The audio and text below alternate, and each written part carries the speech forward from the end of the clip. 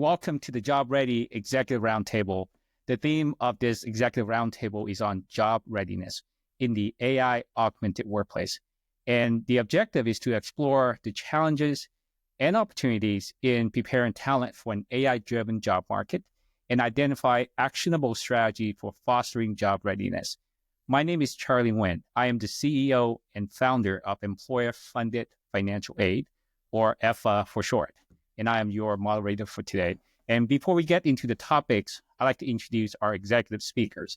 We'll start with Steve Yadzinski first. He is the Chief Strategy and Impact Officer at JFF, where he leads strategy, innovation, and impact measurement to align quality jobs with economic opportunity. He drives growth partnerships and scalable solutions that transform workforce and education system. Welcome, Steve. Next, we have Joseph Clay. Joseph is a seasoned human capital management leader with over 30 years of experience, driving transformation in HR, talent strategy, and workforce optimization. As a vice president for human capital management transformation, subject matter expert at Oracle, he partners with executives in manufacturing and high-tech industries to modernize their back office support through AI and emerging technologies. Welcome, Joseph. Good to have you with us. As Chief Operating Officer for the University of Phoenix, Raghu Krishnaiah is an innovator, leveraging his experience leading multiple operating groups within institutions, serving working adult learners to advance the conversation on how education can successfully anticipate workforce and industry needs. Welcome, Raghu. Good to have you with us. Next, we have Chad Bandy, who is the Managing Director for KPMG. Chad has worked in higher education for over 25 years, both on the university side as well as the outsourced service provider side, helping universities develop and launch new technologies and strategies. Welcome, Chad. Last but not least, we have Charles Westrin. Charles is the Managing Director and Chief Product Officer for BCG, a global business within BCG that delivers transformative upskilling and organizational capability building to BCG clients with speed, scale, and measurable ROI. Welcome, Charles. Before we get started, let me set the stage and highlight the transformative impact of AI on the workplace and the urgent need to equip talent across the spectrum with relevant skills. You probably have seen some of these things, but the World Economic Forum put out many stats. One of those is that by 2030, 40% of employers plan to downsize their workforce. The latest Forbes research put out a couple of weeks ago, 35% of entry-level jobs require at least 3 years of experience, right? And then 40% of today's grads are saying they don't feel ready for the workforce. So on top of that, we're seeing a lot of work that traditionally have taken days, if not weeks, to get done, now get done in seconds, all thanks to AI, right? So dear speakers, let's get into the first topic of today, which is around the shifting sands, understanding the evolving skills landscape. Charles, let's start with you. We're seeing a rapid evolution of job roles due to AI. So beyond the technical skills, what core human skills are becoming increasingly crucial for early career talent?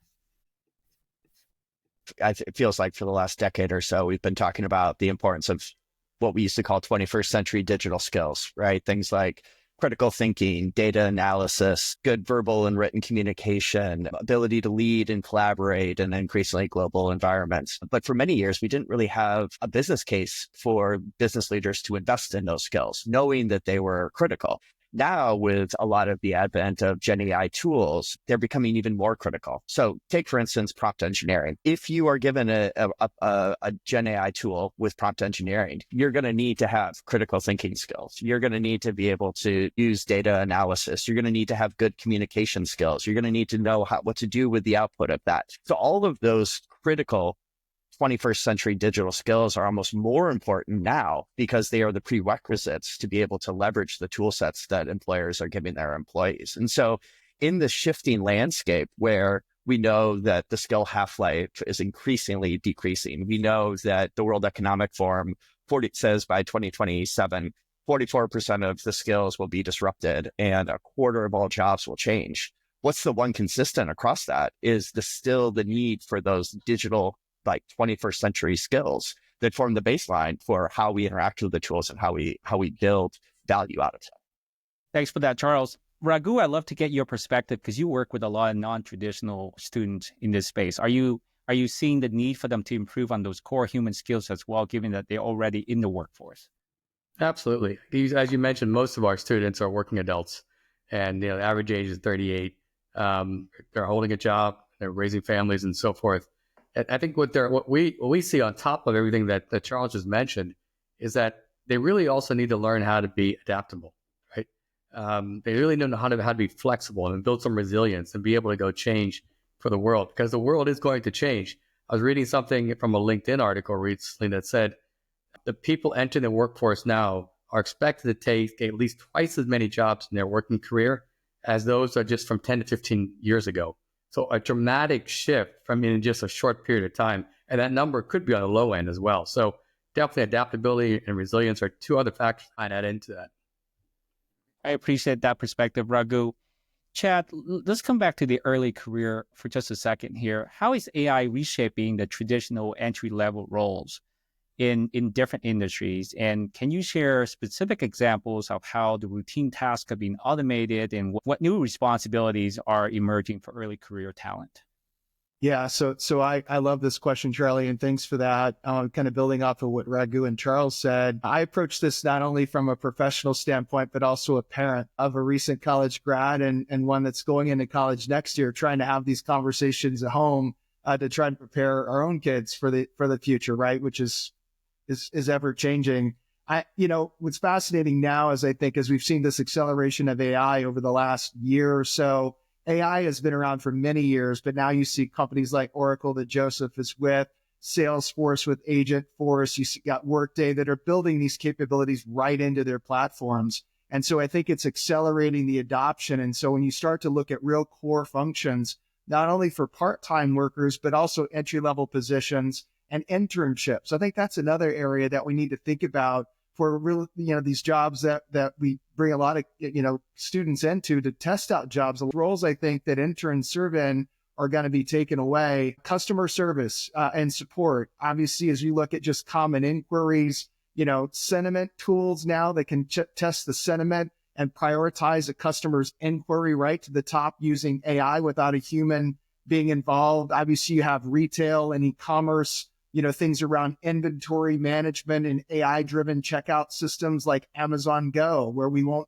have some cashiers and need some people in locations. Healthcare, obviously diagnostic and automation around just administrative roles, marketing and advertising, being able to auto-generate content through social media management and performance analytics. I can tell you our firm at KPMG is able to internally use a lot of the AI generating tools to save significant amounts of time and work and have our team spend a lot more time communicating and strategizing and thinking about how to serve the client rather than some of the entry-level research and things that we've really just removed a lot of that idle time from. So those are a few industry areas. Of course, there's others like manufacturing, logistics, and as well as software and IT that are significantly changed. But I think, again, all of those entry-level jobs now are going to be automated in many ways, and it's going to require a different skill set and a different mindset for learners and workers coming into those fields. Thanks for that, Chad. I'd love to follow up and maybe, Chad, in your work across a number of higher ed institutions, and Steve as well. I mean, JFF is really much a connective tissue between higher ed and the workforce. What is your take? What's your reaction when you're seeing that entry level positions now require 3 years of experience? I mean, is there a disconnect in that terminology, entry level and 3 years of experience? Yes, I think there is a disconnect. I think, though, it's also signaling a trend that maybe AI is accelerating in some ways. And that is, in many ways could be described as the integration between learning and work. We're talking about, Chad, you just mentioned internships and so forth. But really thinking about how, and I think University of Phoenix is focused on this and many other institutions, is really blending those experiences. I think employers sort of go through different trends and waves and really trying to surface talent who's ready to go at the first moment. And I believe that our education partners and leaders across the field are evolving how education works so that folks are more prepared for work. We might see some of that change. I also think that, just from JFF's perspective, we know that there's a lot of work to do with respect to AI, but we have a pretty optimistic view of what can happen. We've been through, several different kinds of shifts like this. A lot of people compare this to a seismic shift like the Industrial Revolution. I've sort of half-jokingly compared it to the invention of electricity. I mean, it's a big deal, don't get me wrong.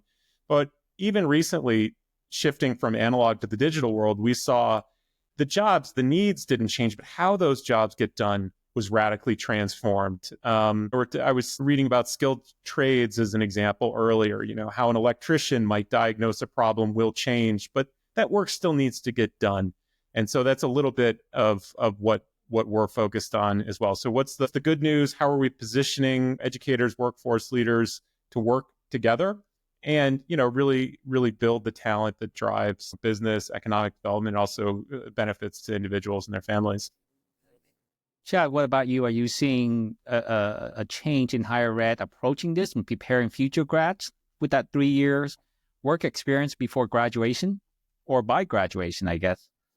I think to Stephen's point, I think the trades do a much better job of this. I personally have personal experience with a son who tried the traditional route and is now going into the trade routes as an electrical apprentice who's going to school at night and has an apprentice job during the day. And so is getting great application for that. And I think we see a lot of trade schools with a lot of partnerships with direct education right to employment. So I think the trades do a much better job of apprenticeship programs in some cases than our traditional institutions. I think, we need to see more institutions from a 4-year public-private institution perspective scale that to a greater degree with more direct partnerships. I think we also, I would love to see more application of certificates from college graduates that can go right into a program where they complete an IT program and they already have a PMP or they already are Agile certified, right? So they can jump right into a job with Oracle to get past that conversation that Stephen and Charlie just had about experience. If you have a practical certification that you can jump right in, then AI is not going to get you out of a job if you have an application. Cyber, risk management, cloud computing. Obviously, there's tons of different places for Google and AWS to already be certified as you leave your program, as you leave your college. So I think that, that's the conversation that I'm having with learners that I talk to is think about what kind of certification, whether you go get it on your own or whether it's a part of your curriculum and your program. Not only do you have the education, but you can also have a specific skill and a specific function on a specific platform that certainly will differentiate you, that AI can't outdo that type of work or that kind of skill set. Thanks for that feedback, for the insight there, Chad. Joseph, let's turn to you for a second. I mean, in your work, and you work with a lot of HR and folks, how do you effectively assess and measure job readiness in the context of AI? I mean, so that's the first part of the question. And then the second part is, are traditional metrics around that still relevant, or do we need to reevaluate the approach on that piece? Well, thank you, Charlie. I really just enjoy listening to the responses because the ongoing theme is there's just an acceleration that's happening in terms of how skill sets are evolving. And when you see things like 3 years experience for an entry-level role, oftentimes you have HR practitioners trying to figure out how to speak to what their internal needs are. And it's not perfect, and it's going to continue to evolve. But more specifically, what I'm finding is because AI is challenging you to not simply focus on tactical asks, moving away from transactional work, focusing more on analysis and coming to a problem with a set of options and a perspective. It's forcing HR practitioners to come up with a way of quantifying that. And it's an imprecise science right now. So if you take a traditional role, I look at HR from the perspective of a recruiter. There was once a time when a recruiter, for instance, would have to go through a pile of applicants, which required a lot of tactical work, scheduling the interview, having that one-on-one conversation. But today you have chatbots that very easily manage employee inquiries that will give an applicant a very bespoke experience. We have AI agents now that will not only give an applicant an overview of how ready they are for a role, but recommend competencies and skill sets they can acquire to one day be ready for it, and recommend 2 or 3 other positions. So it's an enhanced experience for the applicant. But if I'm a recruiter, now my role has changed. I'm no longer simply looking at the number of applicants and the time it takes me to fill the role, but I'm looking at, are we hiring the right people? Are the retention numbers there? Are they engaged? Is it the right fit? So I think with that as an ever-evolving environment, especially with technology continuing to accelerate in terms of how it expands, HR practitioners are going to continue to come up with, well-intended but vague strategies for assessing talent coming into the organization. The old metrics still ring true in some ways, but they're no longer going to be as effective as they once were, and having a predictable way of seeing who could be successful. Last thing I'll say to that is we're going to be in a different place 3 years from now, because we'll have real data. Generative AI and other technologies will put us in a position where we almost have a profile of what a successful candidate will be based on industry. And while there's some downsides to that, your data set's going to have to be pure, and you're going to have to make sure you have an ethical eye. In the long run, it's going to speak to how people are educated. It's going to begin to feed the entire supply chain of how we educate cohorts and how those cohorts eventually end up in the workplace. So I think it's a good story. Half joking here, but, and I talk about how work can be done in seconds, traditionally taking days and weeks. Couldn't we somehow use AI, Joseph, to fast forward 3 years and produce some synthetic data based on forecasting analysis or something like that? Surely, I'm sure we can do that, right? Don't know that I trust it, but sure. I mean, I think, directionally anything's possible. I mean, but seriously, part of what I'm also hearing when I interact with my customers are things that sound really, really extreme. We no longer need to hire people in this space or that space because AI is here. And I caution them to kind of slow down a bit and be more thoughtful about the fact that we're talking about lives and we're talking about human beings, and they're going to make decisions depending on how you're communicating out to them. So it's always a good time to ask people to think back and remember that we're talking about human beings. And it's an opportunity to repurpose talent, to expand talent, to grow talent, not just to create short-term efficiency. Great reminder, Joseph. Really appreciate that. I mean, I think it's very important to put human first, right? Put the workforce first. Charles, BCGU, U stands for upskilling. Correct me if I'm wrong there. I mean, and surely you guys, as you're working with employees today, I mean, talk us through in terms of how you're assessing even job readiness with the current workforce, and then there's an opportunity perhaps to improve on that, right? Yeah, absolutely. I mean, I think it builds on both what Steve and Joseph were talking about, in terms of both the integration of learning and work and, kind of the keeping the human first element of it. It's really about multiplying the impact of an individual as opposed to replacing it, right? Like there's exponential more opportunity for if you augment the individual. And so I think from an innovation perspective, what we're seeing from organizations is that they're like really taking that to heart. So, kind of in 2 ways, we're seeing in 2 ways from an innovation. Like one is companies are looking at it as capability building, and they're looking at it as saying, okay, like how can we build the capability of this function? And that goes beyond just like foundational learning. It's actually embedding new ways of working. The second thing is, they're really focusing on where the value is. And so if you're an insurance company, how do you focus on the underwriting? If you are a software business, how do you focus on building those capabilities within your software, your engineering, and your product department? And so that's really where we're seeing the organizations who are focusing on leveraging both the human and the technology, really driving forward. Sounds great. Thanks for that, Charles. And speaking of continuous learning, Raghu, there's a lot of discussions around the need for continuous learning and how can we foster a culture of lifelong learning across the talent spectrum, right? Because with AI disruption today, it's not just early career that's required 3 years. The current workforce has to upskill as well and keep up with the current environment. So looking across the talent spectrum from early career to experience to ensure they remain adaptable and competitive in the constantly evolving job market. I think this is a big question that everyone is grappling with at this point in time, right? And I think it's a combination of how do you keep people engaged and motivated, along with how do you ensure that what they're learning is relevant at that point in time and will be relevant for some future period of time around it. If you look at it, there's on the first part dimension, there's been a lot of research, a lot of work done. Like we work with JFF and we do a lot of studies with them.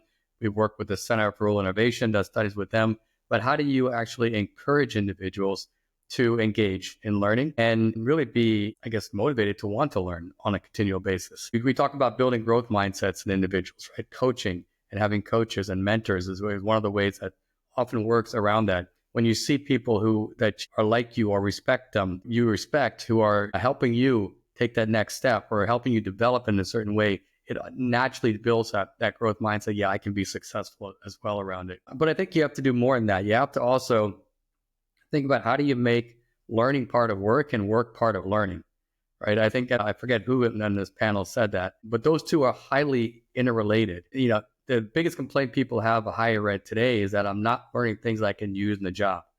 When in reality, you can take what you're learning in school, the theoretical learning, and immediately show applications of that to the job. Schools like Phoenix or others similar to us, this is what we do. You have people who are teaching courses, bringing in their work experience on a daily basis, right? I think Northeastern does a great job of this by integrating the work experience that they do with the classroom experience around it. Companies like Parker Dewey, micro internship, they kind of make this almost a seamless transaction and an easy way for that to do it. So I think that's kind of the second part. I think the third part of this is where I think the employers can really play a big part of this whole thing. Joseph mentioned there are tools now, AI tools that can help assess people's capabilities, right? I think those tools are going to eventually take hold. Right now, there's still a little bit of a disbelief, is this actually right or not? But we're starting to see that it is actually valid in many ways. So we recently acquired a company that does this, and we're deploying it slowly through various corporations, and so make sure we learn it, make sure we tune it appropriately. But on the tests that we've run with some very large companies, not ours, much larger than our organization, we had about 85% of the people said in the first run without any tuning that it was accurate, right? And with some tuning, with just like a couple of months, it went up to over 90%. So, and these aren't just people outside the job saying it. These are people doing the job and people managing those doing the jobs that's saying it. So I think you got to bring in that aspect as well, where you can create this basically this ecosystem and this very seamless, frictionless transfer between work and learning is really going to make a big difference. Yeah, I like that a lot. The frictionless between working and learning. So the practical component, whether it's internship or apprenticeship, makes sense and you can adapt on that quickly. What about the content, the academic side of that, right? Because I do think there's a little bit of a lag, and then obviously there's a constraint with accreditation. And this question isn't just to you, Raghu. I mean, Steve and Chad and whoever else, as you guys work on this, how do we ensure that the academic side, the content side of that education is up to speed? I'm going to qualify this a little bit up front in that we're not a traditional organization in many ways around it. But I do feel now with AI, the plus side of it is it's actually much easier to make the content relevant more quickly with less work to what's happening in the workplace. I was just trying it, I tried Claude and OpenAI and, the Copilot stuff all the last couple of months. And I can effectively make an entire course in a matter of 3 hours and tune it to 20 jobs in the marketplace with another hours of work, right? And so it will automatically be more meaningful and relevant. So I'm bringing in the theory and the research that my faculty may have done, and then I'm combining it with what the workplace is already doing. And I've got a course I can teach on it. So I think it's actually we're at a point where this will become easier not harder. And there's tools that are coming out that are helping faculty go and do that very easily. If I could just jump on that, I think you just raised a point that I think is spot on. Oftentimes I hear people talk about transformation. And one of the things the University of Phoenix did a long time ago was, just as if you look at how they operate, they're able to accelerate creating new courses. They're able to accelerate what for many, what would be considered not-for-profit organizations, a really administratively burdensome process. And I think the transformation that's going to continue to take place is structural. Can we quickly move from concept to a feedback loop that in this example is in industry to informing how we engage and how we educate students? That's where I would argue transformation is going to be the most relevant. Are you agile? Are you able to very quickly assess data, validate the data, apply that data, and then have that data structured in such a way that it does the most good? So I just wanted to say that, Raghu. I think the University of Phoenix has been uniquely positioned to take advantage of speed in that way. Thank you. Thanks, Joseph. Chad, were you saying something? I was just going to say that, listening to Raghu's comments about, preparing courses, I think about some of the work that, we all do that is busy work, right? Whether it's research, whether it's creating a communication, a PowerPoint deck, putting together a workbook, a pro forma, Excel, leveling the playing field, the intellectuals, the people that really can do something with that information rather than just the talent of producing the work, right? That work now is going to be done in an automated fashion, and we're going to spend more time assessing the result of that work rather than doing and building up to whatever that event is. And I think that, that to me is an opportunity cost. How much time did my lack of PowerPoint skills spend trying to produce a communication when I can use AI and produce something very quickly, and I can spend more time thinking about the message and the result rather than just the task? And I think that as you look at young people who are entry-level folks, they can think more about the application of that knowledge rather than just focusing on the administrivia of doing the work. So I think there's a huge opportunity cost to accelerate a lot of, new learners in jobs too, and get them out of some of these roles in which they're in jobs that really are just administrative, to get them more into intellectual and thinking jobs more quickly. That's excellent to hear, particularly, Raghu, when you talk about the speed of the course and content development. I mean, last year I've talked to a dean at an institution, and I won't name names here, and, he confided that some of the courses in his college was created 20 plus years ago, and he's struggling to even update. And I suspect that that's not a unique issue with his institution. So it's great to hear the speed and how we approach this. Let's turn, Steve, a question for you here, and it's a two-part question. Looking ahead, what emerging job roles and skill set do you anticipate will be in high demand as AI continues to advance? And then the second part is, how can educational institutions and employers really proactively prepare talent for these future opportunities? That's a great question. I think that we just saw a really great demonstration of the critical competency that's going to happen, and that is collaboration with artificial intelligence. And Raghu, you have your example of building a course. Chad, you mentioned it's like evaluating the output, and there's qualitative differences between, pressing the go button and hitting the email over to somebody and really being able to shape the results from AI. And so one of the skills that's going to be really, really important is a lot of people call it collaboration with AI and automation, but I feel like it's like fluency. It's really understanding how these things work, whether you're running Salon and it does your automatic, responses for appointment reminders or other things like that, gives you a competitive advantage within a small market. Or, we talked about some of the skilled trades examples, or what we're talking about here. I also think that we've touched on adaptability quite a bit. I think that this is almost like, the way I think about this moment is sort of like a back to the future moment. I mean, here we are talking about lifelong learning being more important than ever, and really being able to take advantage of the opportunities as there's, fluidity in the job market, how things are evolving. Yes, you might get a role to write some sort of very, specialized code now, but pretty soon AI is going to learn how to do that. And then, maybe there's more things to do. The last thing I'll touch on is just creativity. I think that's something that maybe we don't talk about enough in the education workforce, policy spaces, but creativity is what can emerge from here. So, smarter people than me talk about how AI essentially has a high watermark. It can only go as far as sort of like human thinking today. And I know that's, I don't want to get into sentience or anything like that, but I think that it creates opportunities for even greater creativity and how to use these tools more. How education institutions, workplaces are helping with that. I think it's creating opportunities for people to engage with the tools. I mean, we're at a very early stage. Do your employees have access to these things? Are you funding that? Are you providing licenses? Do you have workplace? I mean, the privacy and just like pumping everything into ChatGPT is probably not a great thing for business to do. So, being able to have the policies so that your employees can use it in a safe environment, private environment, data secure environment, and so forth. So I think there are a lot of things in the employer side, but also applies to the education side around that. You mentioned creativity, Steve, and I'm sure you spend a lot of time thinking and working with institutions like University of Phoenix, as well as employees thinking this through. But when you hear stats like companies going to hire less,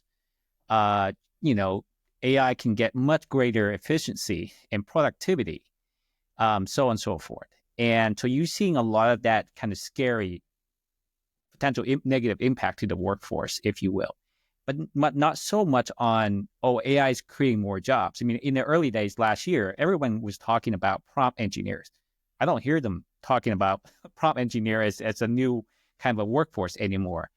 Beyond creativity, what would you advise the next workforce, or even institutions, if you will, thinking kind of taking a position in the future and say, hey, we need to do more of this in order to leverage AI to create more job opportunities. Do you have a view on that, Steve? Well, I think there's no simple answer is the first thing I'll say. I mean, there's not okay, we're going to do this and therefore, all of these challenges will be addressed. The great risk here is the same as it always is. In other words, technology changes jobs, and then we have a skill gap. And are we able to bring folks into closing that gap and be able to meet the demand of roles emerging? Technology, I think I could say this with confidence, has always created more opportunity. The problem is that the talent is not prepared to meet those opportunities. And so that's why this sort of back to the future, lifelong learning. On the theme of creativity at JFF, we're really focused on entrepreneurship, potentially an explosion of different kinds of businesses. What will they be? I know this might feel a little bit like a punt or something like that, but we will see. So I think that there are really serious challenges with disruption.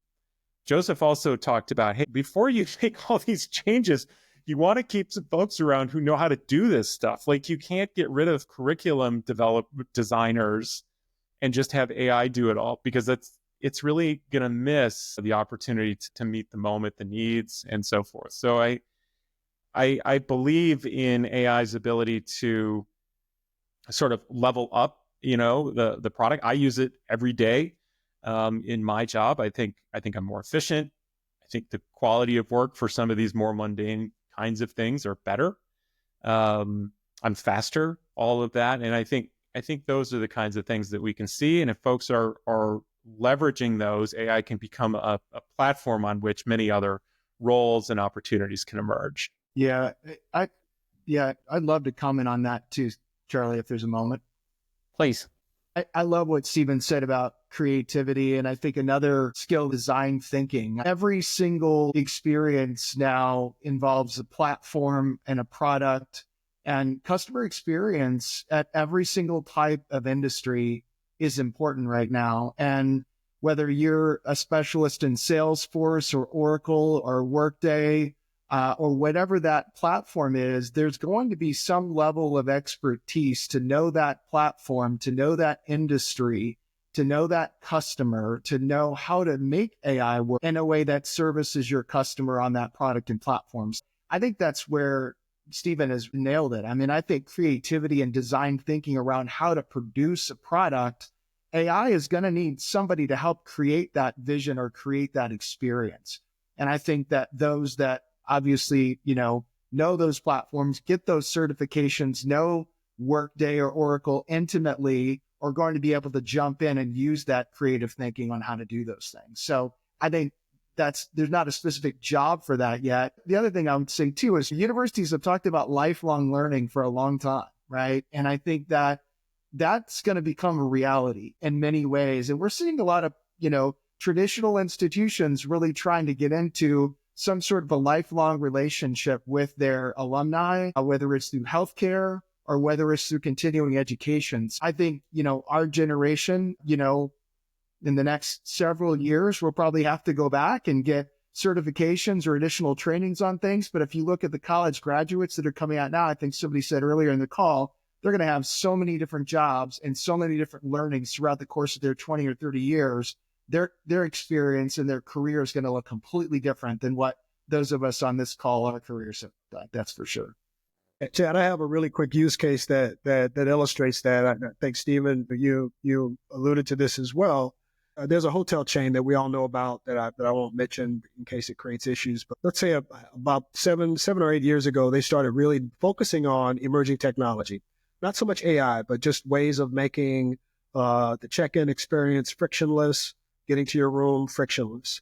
And as they started introducing these technology, what they discovered was they no longer, there were some roles, some tasks that were no longer needed, but they now had to focus on other roles, because at the end of the day, it was about that customer's experience. So for instance, when you check into a room, there was once a time when it was all about your credit card and your identification. That's since evolved, where you do all of those things before you ever get to the hotel. You have your room key before you ever get to the hotel. So now that the function changed to acknowledging a person when they walk into the lobby, having a conversation to understand if there are other events they want to participate in, they're very familiar with the property itself.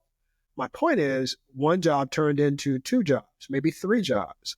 And so I think as we continue to have use cases, as the technology creates more capacity for innovation, you are going to have those instances where you don't want to start eliminating people from your workforce. You really want to begin to repurpose them, especially if they understand your culture, if they understand your core mission. And I think the final thing I'll say to that is there's a real distinction that leaders, and again, the definition of what a leader is also evolving.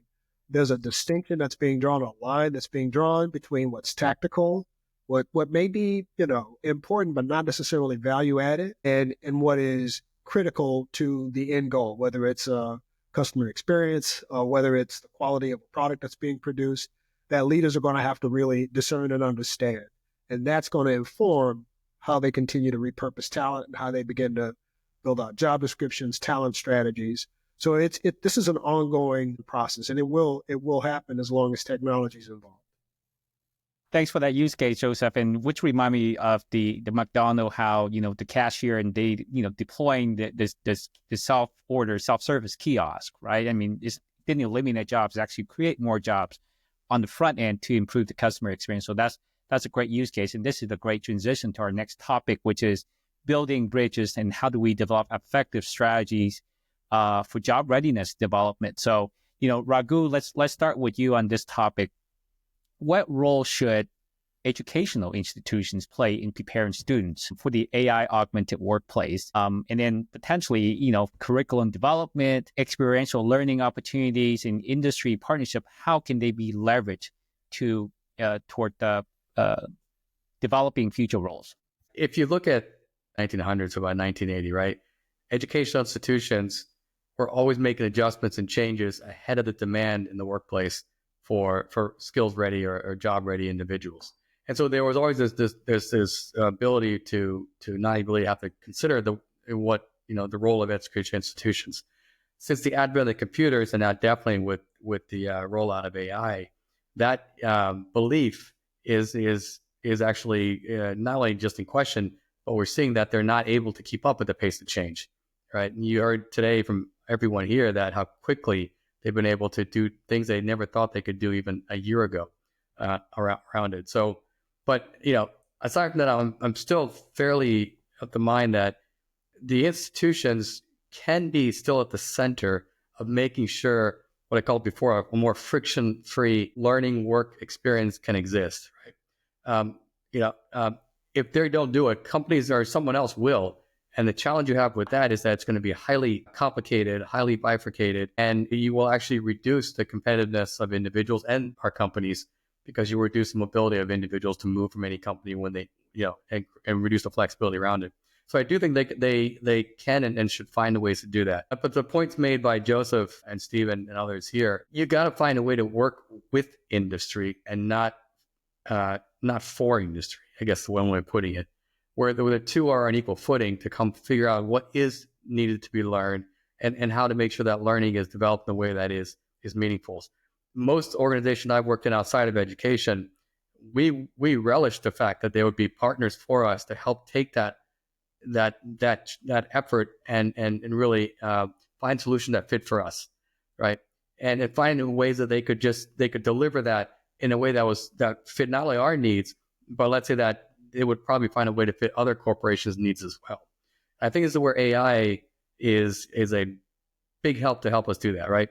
I know I can create material and learning for, let's say, Joseph, your organization, but that's much of that learning I can repurpose and make it for Chad's organizations or Charles or Stephen's organization as well. So the same role, like say financial analyst, by the way, is different in all their companies today, right? There are nuances to it, but I can teach financial accounting, but also tune it to the way the organization wants to do it and deliver it in very much real time around it. So I think education institutions can play a big piece of it if they work closely and in tandem with the corporation themselves.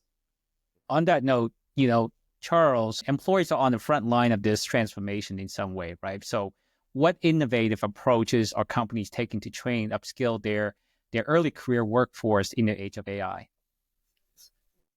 Yeah, and I think, Raghu, you started to touch on it, right? It's in that contextualization. Maybe a client example would be helpful, right? So we were working with a bank in Asia who was interested in becoming an AI first led bank by 2028. What they were realizing that they had a viewpoint about what that meant from a technology perspective, but they didn't really have a viewpoint about what that meant from an employee perspective, a human capital perspective. And so what they did is they took a three-prong approach working with us. First, they developed a cohort of AI champions. And that's about, how do you embed AI first, like all the things that Stephen was talking about, responsible AI usage, understanding the data requirements, understanding how these models work, really building that fluency within the organization. So trained up 400 of their leaders into be thinking AI first. Second, they identified areas where they felt like they could really drive more value. And that was in their data scientist team. So they trained the trainers and coaching and very detailed data scientist training. They kind of took their data scientists from pre-AI to ready to leverage these tools. And then third, they identified where they could really identify some lighthouse opportunities to deploy AI in terms of building capabilities, building new ways of working, building new ways of actually delivering value through the organization. And they use that as their use cases. They use that to test out, okay, do we have the right sort of human capital? Do we have the right sort of data and technology to be able to deliver against it? And so this gets back to what Steve was talking about in that integration of learning and work, right? The technology and the capability building is actually built into the way that the job is happening and the learning is happening. It's built into that flow. And so, I think it goes back to Raghu's question too about how do higher education institutions integrate with that? How do you make those skills that you're developing for your workforce transferable to other organizations so that the employees have mobility around that? How do you credentialize that? Those are all questions that we're going to need to tackle together. And there's a role for higher institutions. There's also a role, I think, that increasingly organizations are figuring out. We have to do this ourselves. We have to invest in our human capital. We have to upskill our own team, because even if we wanted to go out and hire the talent, it's not available in the market. And they need to have, as Joseph was saying, that understanding of the culture, the understanding of the ways of working to be able to be successful. So I think that's some of the ways that we're seeing in terms of really integrating the learning and the doing in the flow of work in terms of being able to develop those new capabilities for an organization. Chad, in your work in KPMG, you work KPMG works across a lot of different industries, right? In verticals and such. And with your work advising higher education, how do we bridge the gap between education? So we got that Raghu's point of view in education. We got Charles' point of view on the employer. But how do we bridge the gap between education and employment to ensure that graduates possess the practical skills and experience employees are seeking?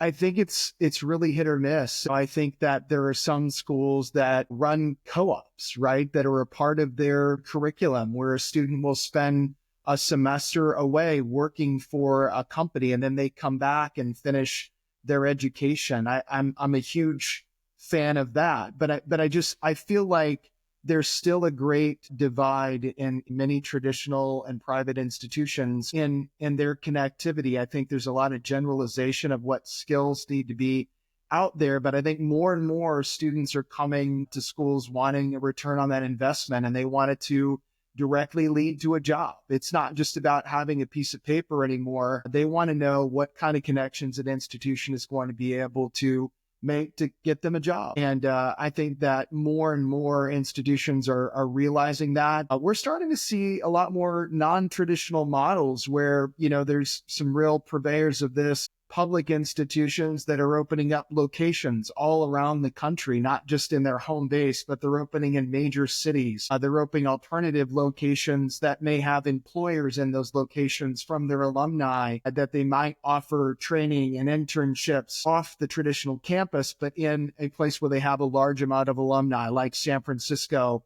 or LA or other places. Schools like Northeastern, which Raghu mentioned earlier, have opened up West Coast campuses when they're based in Boston. So I think you're starting to see some really innovative institutions like Arizona State and Northeastern really start to look away from just their footprint in the traditional campus, and they're looking at alternative models to try to connect more with their alumni and more with their employers too, so that they can leverage some of the opportunities for the companies that are in their buildings. Maybe some of the intellectual capital that's produced with some of those companies in their buildings, and some of those partnerships that they have on research too also become really good alternative revenue streams for institutions. So I think you're seeing some schools get really creative in how they're trying to connect jobs and work. Charlie, if I could just add one thing onto that, I think both you and Chad have used a term here that I don't think everyone fully understands the power of it. Use the term skills. And to me, that's the language that everyone has to be talking in. So if you look at what we've done in education in the last, since 2010 or 2011, we've created the digital version of learning. We can now deliver learning online. Khan Academy kind of shows one way of doing that. We haven't created a digitized version of education today. And part of that is because one part of the ecosystem is talking about degrees, and the other part is talking about skills. And I think if we start linking those two together and have everyone talk about skills, because skills to me are the digital language of learning and work, in which all sides can actually agree what they can be on, it'll be easy for us to move forward. It doesn't mean degrees are going to go away, but the measurement, I think you asked earlier, is around, are those skills actually being developed? Are there skills relevance? And are there skills leading to outcomes, which for most people is good job, better job, growth? That's a great call out, Raghu. I recall reading an article from Forbes, and as part of their research, they said 65% of employees today value competencies and skills over a formal education. It's a pretty, this is not a small percentage. This is a very large, significant percentage. So thanks for calling that out. Steve, as JFF is a connective tissue, that's how, I may not accurately frame the JFF in that sense, and I certainly don't want to put it in that box, but given the role that you play in it being a connective tissue and working with a lot of different organizations, what role do you think the professional organization and industry association play in setting the standards, providing the resources, and facilitating knowledge sharing to promote job readiness? Yeah, great question. And just by the way, JFF very much sees ourselves as sort of the big tent, convener, come to Horizons this year, all that stuff. But really elevating the great work of everyone on this call and many other partners on driving this forward. I want to underscore a point that Raghu made about skills are the language everyone needs to be talking in, we believe that strongly. And the skills first work, and this relates to associations question here in a second. The work of that, I mean, it's this all hands on deck moment. It's from really understanding what the skills are, how they're interpreted, what's the technology infrastructure that's required for that, from learning and employment records. And I think the role for some of the associations and things like that are around, the ethical guidelines, competency frameworks for a particular industry. What do we expect to see, the disruptions? How are they able to anticipate the needs of a particular industry and share that across, industry, obviously, but also education and other aspects? I think policy comes in here. I may have already mentioned ethics in the response. If I haven't, I want to make sure I mention that as well. The ethics of AI is really important. I mean, I think that they can be drivers of some of those areas of work as well. I love the big tent. I like that visualization quite a bit. This is an open question for everybody, because obviously it takes real money, it takes real resource to push through the transformation and execute some of the urgent tasks up front. And so let's talk about funding for a second. I mean, what innovative funding models can be explored to support job readiness initiatives, including public, private, and even potentially employer-funded programs, right? Again, this is an open question. If you have example, please share. Well, I mean, I think we see a lot of really progressive corporations leaning in, on training, AWS, Google, others that are going directly to institutions and training faculty on their programs and trying to form partnerships in local communities with community colleges and others to try to upskill and train. When AWS and, large warehouse organizations typically go into local communities, I've seen in many cases, they go and partner with the local colleges and community colleges to try to think about all the jobs and the roles. And they'll actually come in and train a lot of those faculty on their own products and their own technologies to try to gear up the local workforce for that. So I think you're also seeing a lot of opportunity with those partnerships when those locations are named, right? Companies are leading in and saying, hey, we'll bring people on site to your college to train your faculty to teach you how to do this.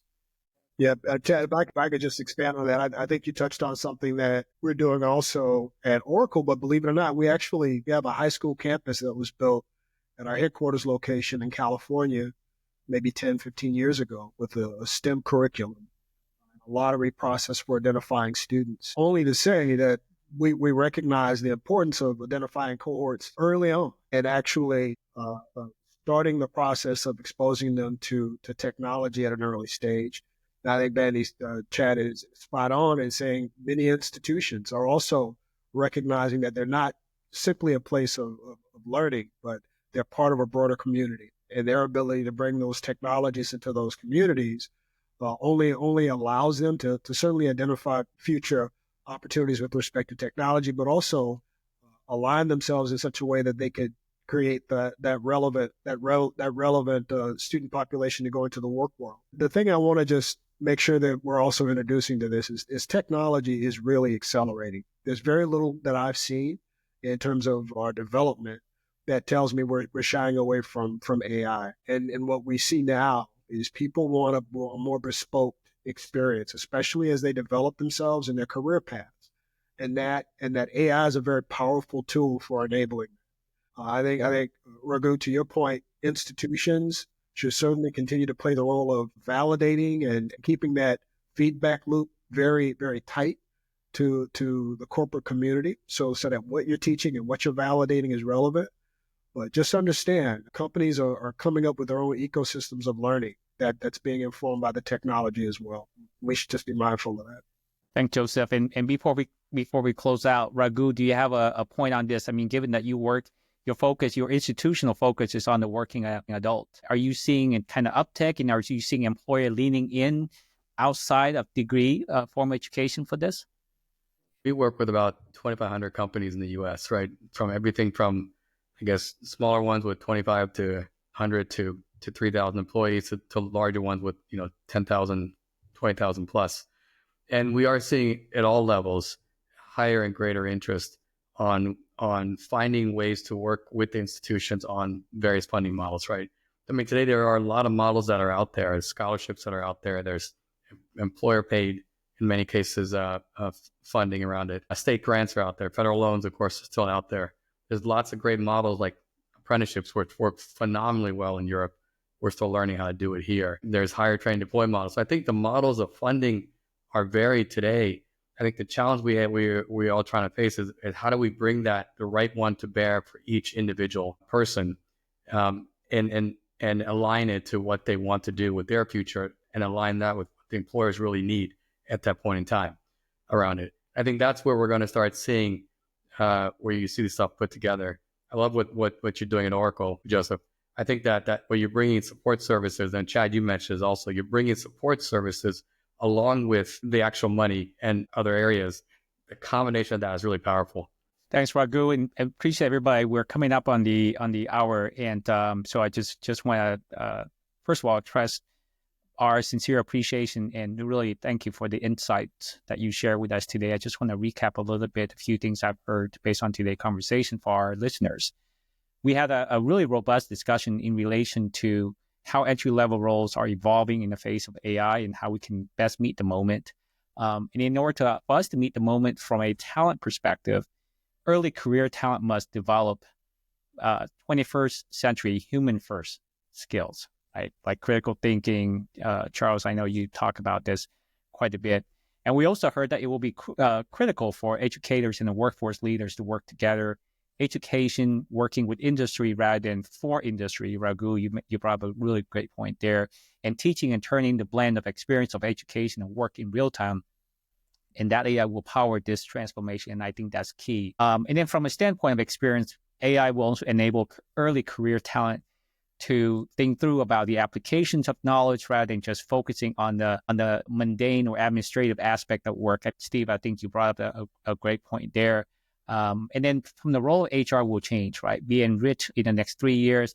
Hopefully we'll be able to kind of look into the crystal ball a little bit, Joseph, and predict some of those things and understand where the hockey puck is going as opposed to where it's at today and adjust accordingly, right? And then last but not least, school are getting creative in how they connect jobs and work because students are looking for that connectivity, transforming the conversation from degrees to skills that lead to outcomes. I think Chad and Raghu, you both commented on that. And skill are the language everyone needs to be talking about. I love that a lot. I think the ethics of AI are critical to this language. Steve, thank you for that insight. And while we don't have the crystal ball, and here's what we do know today. AI is here, in case we haven't noticed that. And it is table stakes for us, and we must AI. So thank you very much for your participation in today's Executive Roundtable and insight sharing for our listener. And thank you all, our audience, for your interest and commitment to creating job readiness for our own workforce. Gentlemen, have a great day. Thank you very much. Sounds great. Thanks everybody. Thank you. Be well. Thanks, everybody.